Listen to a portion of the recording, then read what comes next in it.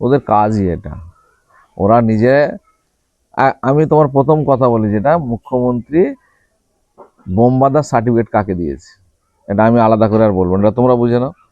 তাহলে বোম বাঁধার সার্টিফিকেট একজনকে দিয়েছে আর সেই কাজ অন্য লোক করছে, এটা কেউ বিশ্বাস করবে না।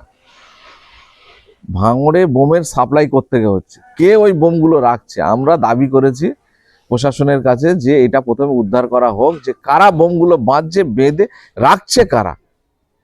এটা কাকতালীয় ব্যাপার।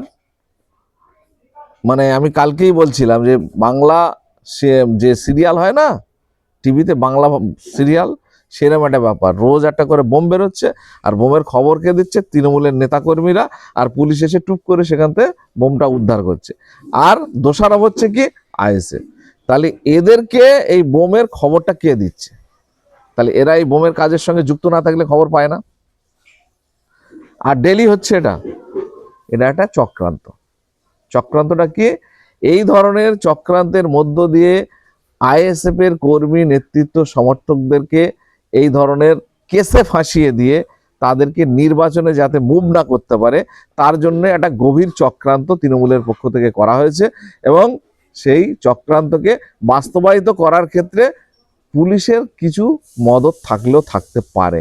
কারণ প্রতিনিয়ত যারা খবর দিচ্ছ তাদেরকে ইন্টারোগেট করা উচিত, যে তোমরা খবরটা পাচ্ছ কোত্থেকে? এই বোমা মজুতের গল্পটা তোমার কাছে কে বলছে? আইএসএফ যদি বোমা মজুত করে, তাহলে আইএসএফ কি তৃণমূলের বন্ধুদের কাছে বলে করবে যে দেখো ভাই আমি অমুক জায়গায় বোম মজুত করছি, তুমি আসো? তাহলে আইএসএফ এর ছেলেরা বোমা মজুত করে তৃণমূলের কাছে খবর দিচ্ছে, এটা কেউ বিশ্বাস করে? আর ওরা এই খবরগুলো পাচ্ছে কোত্থেকে? সুতরাং এই বোমা মজুদের কাজ ওরা নিজেরা করছে, করে কোনো না কোনো আইএসএফ এর কর্মী সমর্থকদের বাড়ির পাশে আসে, ঘরে, রান্নাঘরে ঢুকিয়ে দিচ্ছে। ঢুকিয়ে দিয়ে সেখান থেকে মানে পুলিশকে খবর দিয়ে, মানে পার্টির নামে, আইএসএফ পার্টির নামে কলঙ্কিত করা, বা আইএসএফ কর্মী সমর্থকদের নামে কেস দেওয়া, যাতে পুলিশ তাদের বিরুদ্ধে মানে আইনি ব্যবস্থা নেয়। এই পরিকল্পনা বর্তমানে চলছে ভাঙড়ের বুকে। এটা করাচ্ছে একেবারে তৃণমূলের ওপরের মাথায় থেকে এই কাজটা হচ্ছে। সেইটা তো ওরা ভালো জানে। ওরা গত নির্বাচনে, পঞ্চায়েত নির্বাচনে যেভাবে গাড়ি গাড়ি বোমা বন্দুক এনে ভাঙড়ের মানুষদেরকে মার্ডার করেছে, তাতে করে ওদের কথা, ওদের মুখে এই কথা মানায় না। ওরা যদি ন্যূনতম সৎসাহস থাকতো, তাহলে আইএসএফ এর নমিনেশনটা করতে বাধা দিত না। আজকে পঞ্চায়েতে গন্ডগোলটা কিসের জন্য হয়েছিল? নমিনেশনকে আটকানোর জন্য। তাহলে যারা সাধারণ আইএসএফ এর কর্মী সমর্থকরা নমিনেশন দিতে যাচ্ছিল, তাদের উপরে কেন গুলি করা হলো? তাদের উপর কেন বোমা ছোড়া হলো? তাদেরকে আটকানো কেন হলো? আমি নিজে তার প্রমাণ, আমার গাড়ি ভেঙে দেওয়া হয়েছিল, আমার গাড়ি আমার সঙ্গে যা জিনিসপত্র ছিল কেড়ে নেওয়া হয়েছিল। সব বড় লম্বা চওড়া কথা বললে হবে? ভুলভাল কথাবার্তা। এখন ভাঙড়ে যত বোম বেঁধে এনে সাপ্লাই করা হচ্ছে, আর সেগুলো আইএসএফ এর কোনো কর্মী সমর্থকদের হয় বাড়ি নাই, বললাম আনাচে কানাচে রান্নাঘরে ঢুকিয়ে দিয়ে পুলিশকে খবর দিয়ে এইভাবে আইএসএফ এর কর্মী সমর্থকদের নামে মিথ্যা কেস সাজানোর চক্রান্ত চলছে। এটা একদম পরিষ্কার চক্রান্ত।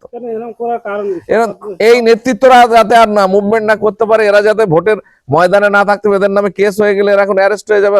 বোম কেসে অ্যারেস্ট হওয়া মানে তো এখন কতদিন তার ঠিক নেই। অবজারভার বলছে তো 100% ভাঙড়ে তৃণমূল জিতে যাচ্ছে। 100% জিতবে তো, লড়াইটা করো বাবু। এত হাউমাউ করছে কেন? আমরা তো চাইছি গণতান্ত্রিক প্রক্রিয়ায় সাধারণ মানুষ ভোট দেবে। সাধারণ মানুষের ভোট যাকে দেবে সে 100% কেন 200% জিতুক, আমার আপত্তি নেই। কিন্তু সেই ভোটটা করানোর ক্ষেত্রে কেন এত অনীহা? কেন এত মারপিট, দাঙ্গা, বাধা দেওয়া, এসব কেন? এটা তো আমরা দেখেছি, পঞ্চায়েতে পরিলক্ষিত করেছি আমরা। সুতরাং যদি সেই সদিচ্ছা, সেই সৎ মনোভাব থাকে যে সাধারণ মানুষ ভোট দেবে আর 100% তৃণমূল জিতবে, তাহলে রেজাল্টের দিনে শেষ হাসিটা আইএসএফ হাসবে, যদি মানুষ ভোট দিয়ে জেতার গল্প হয়। যে আমরা শুনেছিলাম নওশাদ সিদ্দিকী বলেছিল যে আমি যদি ভাঙড়ে ক্ষমতায় আসি, বিধায়ক হওয়ার পর থেকে আমি মানুষের হাতে খাতা পেন তুলে দেবো। কিন্তু আমরা দেখছি ঠিক বিপরীতটা। আইএসএফ কর্মীদের বাড়ি থেকে বোমা বন্দুক পাওয়া যাচ্ছে। এদের কাজটাই এটাই। এদের ভাঙড়ে কোনো সংগঠন নেই, এদের পায়ের তলা থেকে মাটি সরে গেছে। 26 সালে 21 সালে মানুষ যে ভুলটা করেছিল 26 সালে এসে সেই ভুলটা আর মানুষ করবে না। এদের কোনো সংগঠন নেই, এরা চাইছে যে কোনো প্রকারে অশান্তি করে বোম বন্দুক নিয়ে একটা বিশৃঙ্খলা তৈরি করে যদি আবার ক্ষমতা আসা যায়। কিন্তু নওশাদ সিদ্দিকী জানে না ভাঙড়ের মানুষ এখন সংগঠিত হয়ে গেছে, একত্রিত হয়ে গেছে। আমাদের বিধায়ক সাহেব ক্ষমতায় আসার পর থেকে, ভাঙড়ের দায়িত্ব আসার পর থেকে সমস্ত মানুষ, ভাঙড়ের মানুষ একটাই চাইছে যে যেদিনকে ভোটটা হবে তারা তৃণমূল কংগ্রেসের পক্ষে ভোটটা দেবে এবং তৃণমূল কংগ্রেস সরকারে আসায় শুধু সময়ের অপেক্ষা। যেখানে যত আইএসএফ কর্মীরা আছে এদের মধ্যে ম্যাক্সিমামটাই গাঁজাখোর, মদখোর, বদমাইশ, তারাই আইএসএফ দলটা করে। কোনো ভালো সুস্থ স্বাভাবিক লোক আইএসএফ দলটা করে না। ম্যাক্সিমাম লোক মদখোর, গাঁজাখোর, হিরোইনখোর, এরাই আইএসএফ দলটা করে। আপনারা ভালো করে খবর নিয়ে দেখবেন। অতএব এদের কাজ হচ্ছে যেভাবে অশান্তি করা যায়, মারপিট করা যায়, বোম ফেলে বন্দুক দেখিয়ে অশান্তি করিয়ে ভাঙড়টাকে ওরা ছিনিয়ে নেওয়ার চেষ্টা করছে। কিন্তু মানুষ অত বোকা নয়, মানুষ 26 সালে যোগ্য জবাব দেবে এবং তৃণমূল কংগ্রেসের পক্ষে ভোটটা দেবে। ওরা বরাবরই মিথ্যে কথা বলে। আজ পর্যন্ত চ্যানেল, আপনাদের বিভিন্ন মিডিয়া চ্যানেল আছে, কোনো একটাতে দেখা যে তৃণমূল কংগ্রেসের বাড়ি থেকে বোমা পাওয়া গেছে, বন্দুক পাওয়া গেছে, কোনোদিনই পাবে না। তার কারণ তৃণমূল কংগ্রেসের বোম বন্দুকে বিশ্বাসী করে না। তৃণমূল কংগ্রেসের পাশে বাংলার জনগণ আছে, ভাঙড়ের মানুষ আছে। এই বাংলার মানুষ, ভাঙড়ের মানুষ এবার তৃণমূল কংগ্রেসের পক্ষে ভোটটা দিয়ে ভাঙড় থেকে তৃণমূল কংগ্রেসের এমএলএ প্রতিষ্ঠিত করবে। যারা অশান্তি পাকাতে চাইছে তাদের কি গণতান্ত্রিক প্রক্রিয়া জবাব থাকবে তৃণমূলের? অবশ্যই গণতান্ত্রিক প্রক্রিয়ায় আমরা তাদেরকে জবাব দেবো। এই বোম বন্দুক দেখিয়ে রাজনীতি হয় না।